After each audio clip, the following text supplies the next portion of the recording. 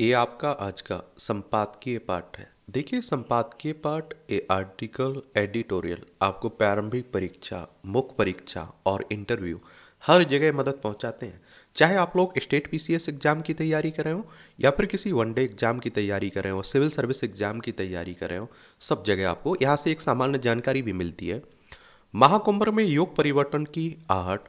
आप सभी ने देखा कि अभी हाल ही में प्रयागराज, जिसे पहले आप लोग इलाहाबाद के नाम से जानते थे, वहां क्या हुआ है?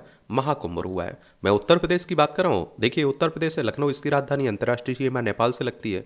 राज्यों में बिहार, झारखंड, छत्तीसगढ़, मध्य प्रदेश, राजस्थान, हरियाणा, हिमाचल प्रदेश, उत्तराखंड और दिल्ली से लगती है। विधानसभा में 403 सीटें हैं, विधान परिषद भी है जिसमें 100 सीटें हैं, राज्यसभा में 31 सीटें हैं, लोकसभा में 80 सीटें हैं। 2,43,286 वर्ग किलोमीटर में फैला हुआ है। योगी आदित्यनाथ यहाँ के मुख्यमंत्री है, आनंदीबेन पटेल यहाँ की राज्यपाल आपको देखने को मिलेंगी। तो जब एक राष्ट्र की चेतना जागृत होती है और वह सैकड़ों साल की गुलामी की मानसिकता के सारे बंधनों को तोड़कर नव चैतन्य के साथ हवा में सांस लेने लगती है, तब वैसा ही दृश्य उपस्थित होता है जैसा हमने 13 जनवरी के बाद से प्रयागराज में एकता के महाकुंभ में देखा। और 22 जनवरी 2024 को अयोध्या में राम मंदिर के प्राण प्रतिष्ठा समारोह में मैंने देशभक्ति से देशभक्ति की बात कही थी, देवभक्ति से देशभक्ति की। प्रयागराज महाकुंभ के दौरान हमने देश की जागृत चेतना का साक्षात्कार किया और तीर्थराज प्रयाग के इसी क्षेत्र में एकता, समरसता और प्रेम का पवित्र क्षेत्र सिंगवेरपुर भी है, जहां प्रभु श्री राम और निषाद राज का मिलन हुआ था। और उनके मिलन का वह प्रसंग भी हमारे इतिहास में भक्ति और सद्भाव के संगम की तरह ही है। यह तीर्थ आज भी हमें एकता और समरसता की प्रेरणा देता है।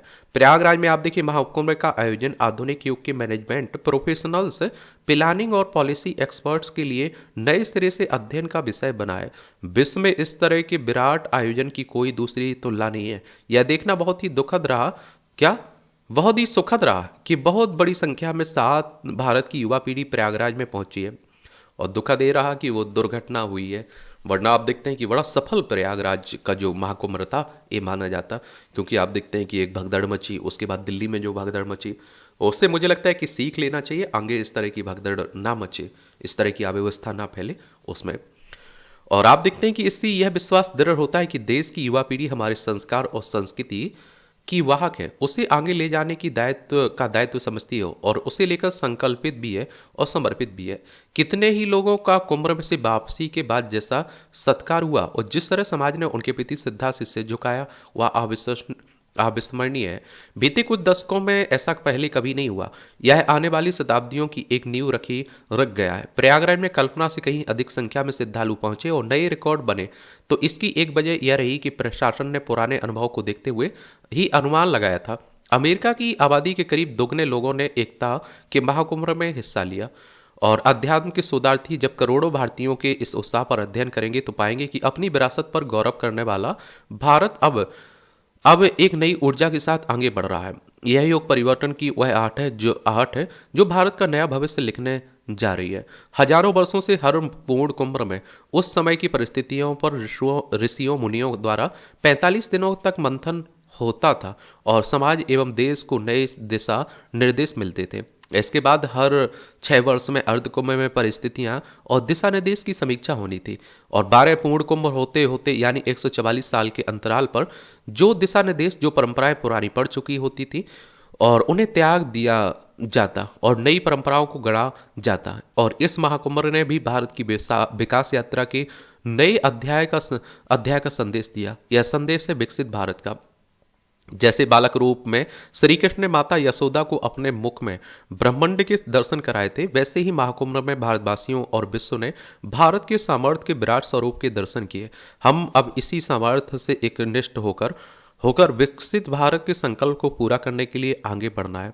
भारत की यह एक ऐसी शक्ति है जिसके बारे में भक्ति आंदोलन में हमारे संतों ने राष्ट्र के हर कोने में अलग जगाई थी और विवेकानंद, श्री अरविंदो आदि ने हमें इसके बारे में जागरूक किया था और इसकी अनुभूति गांधी जी ने भी की थी। आजादी के बाद भारत की इस शक्ति के विराट स्वरूप को यदि हमने जाना होता और उसे सर्वजन हिताय सर्वजन सुखाय की ओर मोड़ा होता तो वह गुलामी के प्रभाव से बाहर निकलते भारत की बहुत बड़ी शक्ति बन जाती, लेकिन हम तब यह नहीं कर पाए। मुझे खुशी है कि जनता जनार्दन की यह शक्ति अब विकसित भारत के लिए एकजुट हो रही है। और जब मैं चुनाव के लिए काशी गया था, तब मैं यहाँ कहा था माँ गंगा ने मुझे बुलाया, और इसमें एक दायित्व बोध भी था। हमारी माँ स्वरूपा नदियों की पवित्रता और स्वच्छता को लेकर प्रयागराज में भी गंगा यमुना सरस्वती के संगम पर मेरा यह संकल्प और दृढ़ हुआ। नदी चाहे छोटी हो बड़ी हो, हर नदी को जीवनदायिनी माँ का प्रतिरूप मानते हुए हम नदी उत्सव जरूर मनाएं। महाकुंभ हमें यह प्रेरणा देकर गया कि हम अपनी नदियों को स्वच्छ रखें। और मैं जानता हूं कि इतना विशाल आयोजन आसान नहीं था। मैं प्रार्थना करता हूं कि माँ गंगा से, यमुना से, माँ सरस्वती से, हे माँ, हमारी आराधना में कुछ कमी रह गई हो तो क्षमा करिएगा। जनता जनार्दन मेरे लिए ईश्वर का ही स्वरूप है। श्रद्धालुओं की सेवा में अगर हमने कुछ कमी रह गई हो तो मैं जनता जनार्दन का भी क्षमा प्रार्थी हूँ। श्रद्धा से भरे जो करोड़ों लोग महाकुंभ का हिस्सा बने, उनकी सेवा का दायित्व श्रद्धा के सामर्थ्य से भी पूरा हुआ है। यूपी का सांसद होने के नाते मैं गर्व से कह सकता हूं कि योगी जी के नेतृत्व में शासन प्रशासन और जनता ने मिलकर एकता के इस महाकुंभ को सफल बनाया। केंद्र हो या राज्य, यहाँ ना कोई शासक था और ना प्रशासक, हर कोई श्रद्धा भाव से भरा सेवक था। हमारे सफाई कर्मी, पुलिसकर्मी, नाविक साथी, वाहन चालक, भोजन बनाने वाले सभी ने पूरी श्रद्धा और सेवा भाव से महाकुंभ को सफल बनाया। प्रयागराज के निवासियों ने तमाम परेशानियां उठाकर श्रद्धालुओं की जो सेवा की वह अतुलनीय है। मैं प्रयागराज के सभी निवासियों और यूपी की जनता का आभार व्यक्त करता हूं, अभिनंदन करता हूं। महाकुंभ के दृश्यों को देखकर राष्ट्र के उज्जवल भविष्य को लेकर मेरी आस्था कई गुना मजबूत हुई है। 140 करोड़ देशवासियों ने जिस तरह प्रयागराज में एकता के महाकुंभ को आज के विश्व की एक महान पहचान बना दिया, वह अद्भुत है। इससे अभिभूत मैं जल्द ही द्वादश ज्योतिर्लिंग में से प्रथम ज्योतिर्लिंग श्री सोमनाथ के दर्शन करने जाऊंगा और सिद्धा रूपी संकल्प उसको समर्पित करते हुए हर भारतीय के लिए प्रार्थना करूंगा। महाकुंभ के स्थूल स्वरूप महाशिवरात्रि को पूर्णता प्राप्त कर गया, लेकिन मुझे विश्वास है कि मां गंगा की अविरल धारा की तरह महाकुंभ की आध्यात्मिक चेतना की और एकता की धारा निरंतर बहती रहेगी। प्रधानमंत्री के ब्लॉग का संपादित अंश है ये, और प्रधानमंत्री साहब ने लिखा है ना, नरेंद्र मोदी जी ने, वही बातें हो रही हैं। चलिए, आप लोग क्या सोचते हैं, अपनी राय आप लोग बता सकते हैं। माकापा के बदले सुर, ये आप देखिए केरल में माकापा का यह कहना कि उसकी दृष्टि में मोदी सरकार फांसीवादी नहीं है, बड़े राजनीतिक बदलाव का सूचक है। चलिए, राजनीति की बातें हो रही, पढ़ना हो तो पढ़ सकते हैं।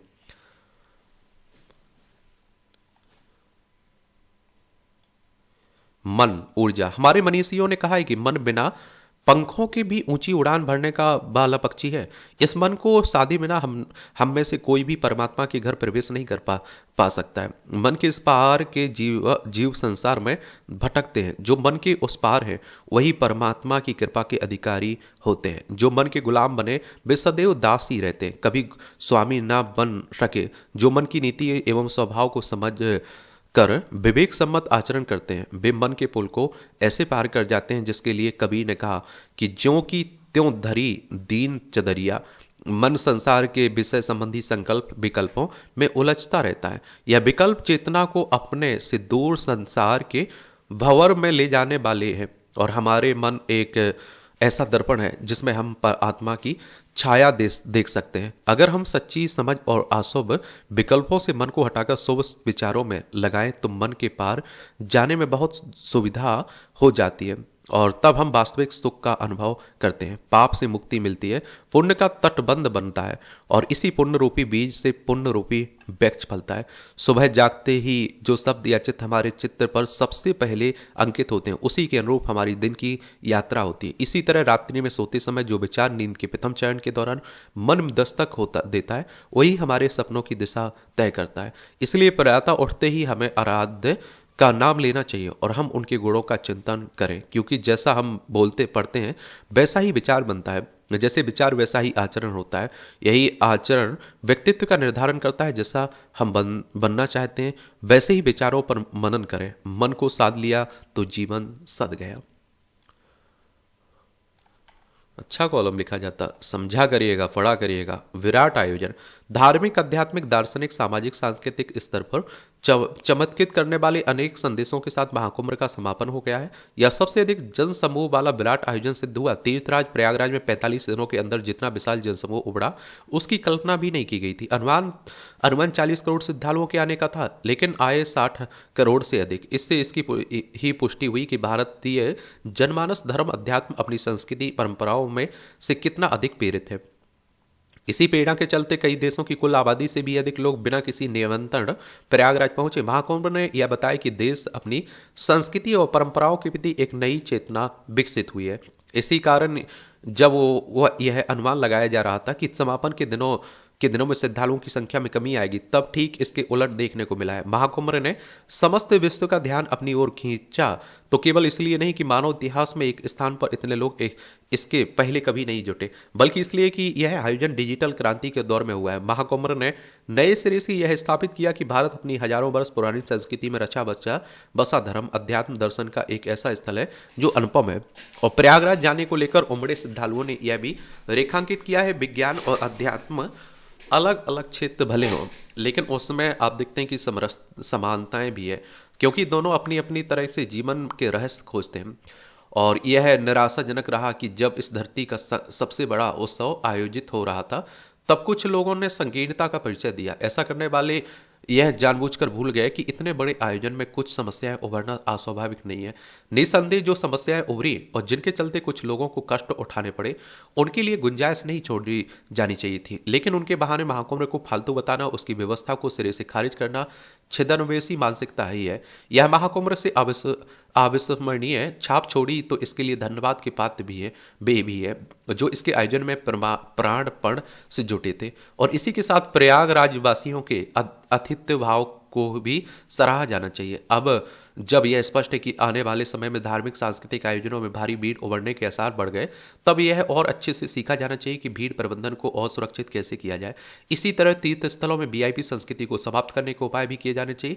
इसका उचित नहीं है कि सामाजिक समरसता का संदेश देने वाले तीर्थ स्थल पर्यटन स्थल जैसे बन जाए। धर्म और अध्यात्म का मर्म यही कहता है कि तीर्थ स्थलों में ना तो कोई राजा होता है, ना ही रंग होता है।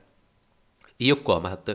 उत्तराखंड योग और अध्यात्म की धरती है। प्राचीन काल से यहाँ ऋषि मुनि योग के माध्यम से जनता को निरोग रहने का संदेश देते रहे, और यहाँ प्रतिवर्ष देश विदेश से हजारों लोग साधक व प्रशिक्षु अपना ज्ञान बढ़ाने आते हैं। देश भर में योग की बढ़ती महत्ता को देखते हुए यह रोजगार का भी एक अहम जरिया बनता जा रहा है।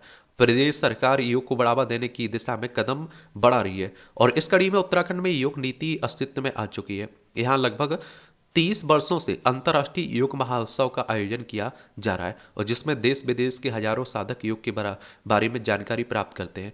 प्रदेश में हजारों युवा योग साधक हैं जो विभिन्न संस्थाओं के जरिए योग के क्षेत्र में डिग्री व डिप्लोमा पाठ्यक्रमों का अध्ययन कर रहे हैं, और इनमें से सीमित संख्या में युवा प्रदेश के बाहर जा रहे हैं। और जिस तरह योग की स्वीकारता बढ़ रही है, वह इन युवाओं के लिए एक उम्मीद जगा रही है, और आवश्यकता इन्हें उचित मंच प्रदान करने की है, और जिसके लिए विशेष प्रयास करने होंगे।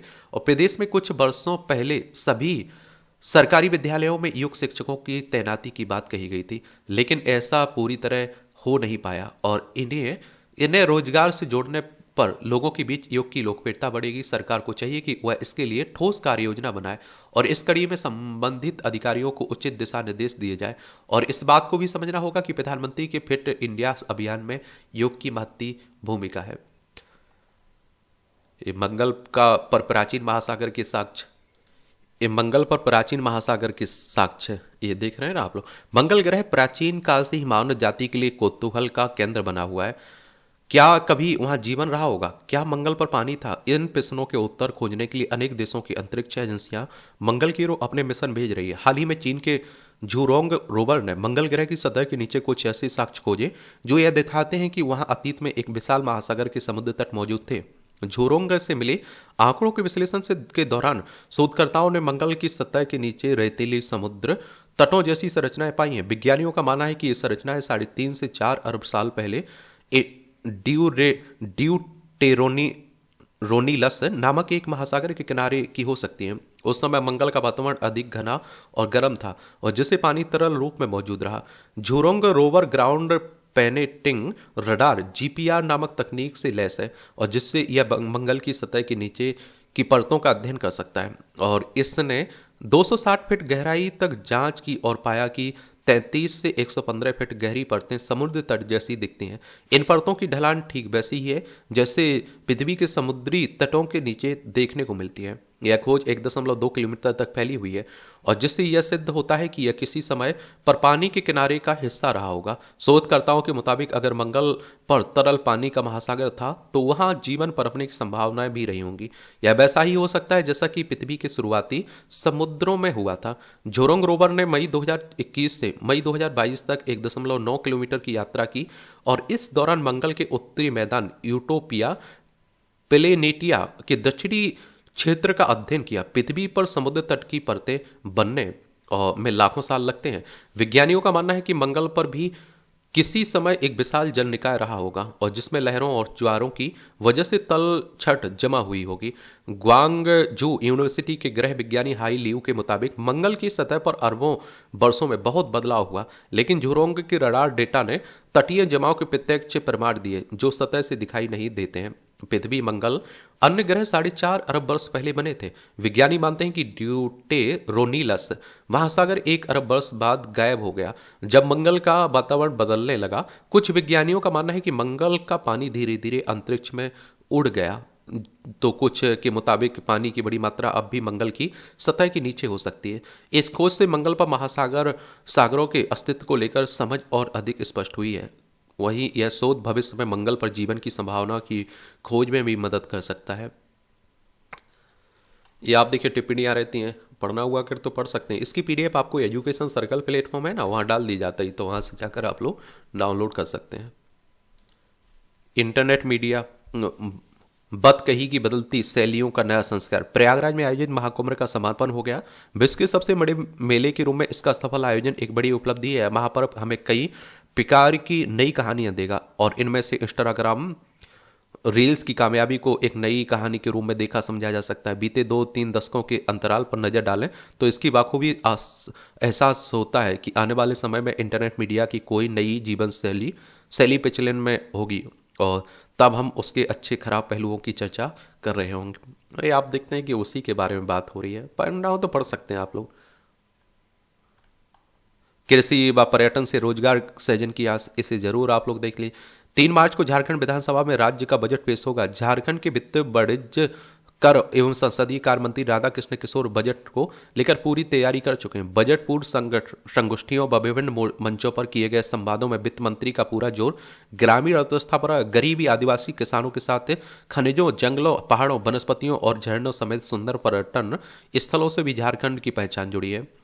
उल्लेखनीय कि राज्य की लगभग 90% आबादी ग्रामीण और उनकी पूरी अर्थव्यवस्था कृषि वनोपज पर निर्भर है। तो उसी को लेकर बातें हो रही है। वैश्विक सांस्कृतिक धरोहर, ये आप देखिए महाकुंभ के माध्यम से हर श्रद्धालु को अपने संस्कारों को समझने, अपनी जड़ों से जुड़े, साथ ही भारतीय संस्कृति की विराटता को महसूस करने का अद्वितीय अवसर प्राप्त हुआ है। मैं आप लोगों से कहता हूं ना कि देखिए कहीं किसी तरह की कोई आप देखते हैं कि कार्यक्रम हो रहा है, अब महाकुंभ हो रहा है, तो महाकुंभ पर आपने देखा है कि हमेशा से आर्टिकल लिखे गए हैं। तो एक बार बस सामान्य जानकारी रखिएगा, आप लोग हर पहलुओं को समझ लीजिए, उसके बाद आर्टिकल लिखे जाते हैं बार बार। अगर टाइम रहा करें तो पढ़ सकते हैं, नहीं पढ़ना है तो नहीं पढ़ सकते।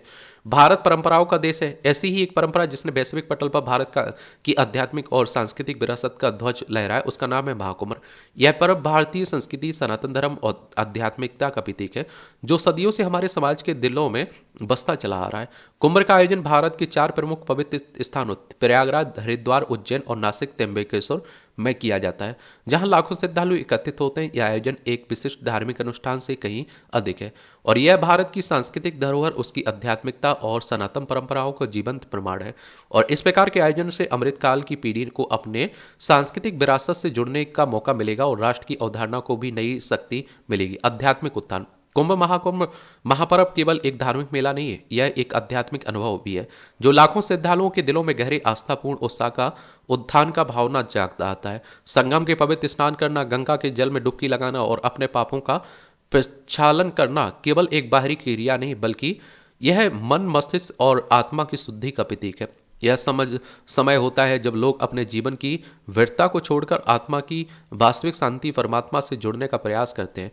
यह उनके लिए आत्म मंथन और आध्यात्मिक शांति तथा आध्यात्मिक जागरूकता प्राप्त करने का एक अद्वितीय अवसर होता है। हिंदू संस्कृति की पहचान। कुंभ महापर्व हिंदू संस्कृति का प्रतीक है और जिसमें आस्था, विश्वास और परंपरा की अद्वितीय धारा प्रवाहित होती है। यह आयोजन पूरी दुनिया के लिए एक संदेश है कि धार्मिकता, एकता और आत्मिक शांति की साधना में कोई सीमा नहीं है। हिंदू धर्म में यह विश्वास है कि हर व्यक्ति का लक्ष्य आत्मा की शुद्धि और कुंभ महापर्व इस मार्ग पर चलने का एक अद्भुत अवसर प्रदान करता है।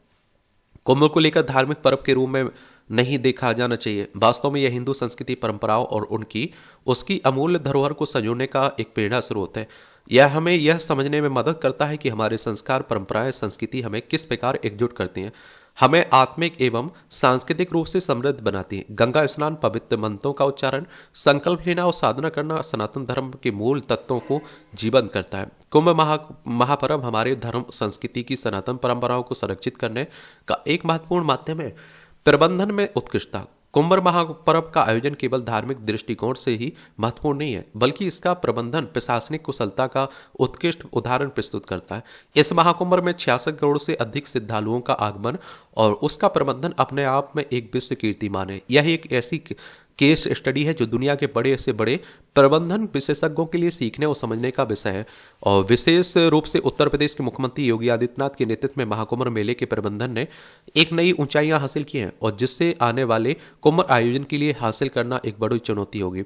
सुरक्षा, जल आपूर्ति, चिकित्सा, यातायात प्रबंधन और आपदा प्रबंधन, हर पहलू पर पूरा प्रशासन तत्पर नजर आया। और एक और जहां परंपराओं के प्रति उनका समर्पण अनुकरणीय है, वही एआई तकनीक का समावेश भी इस महा आयोजन का महत्वपूर्ण पक्ष रहा है।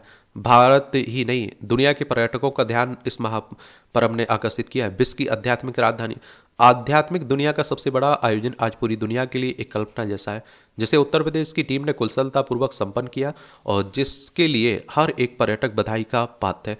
ऐसा ही समर्पण हमें अयोध्या श्री राम मंदिर और बनारस स्थित काशी विश्वनाथ कॉरिडोर के उद्घाटन के दौरान भी देखने को मिला।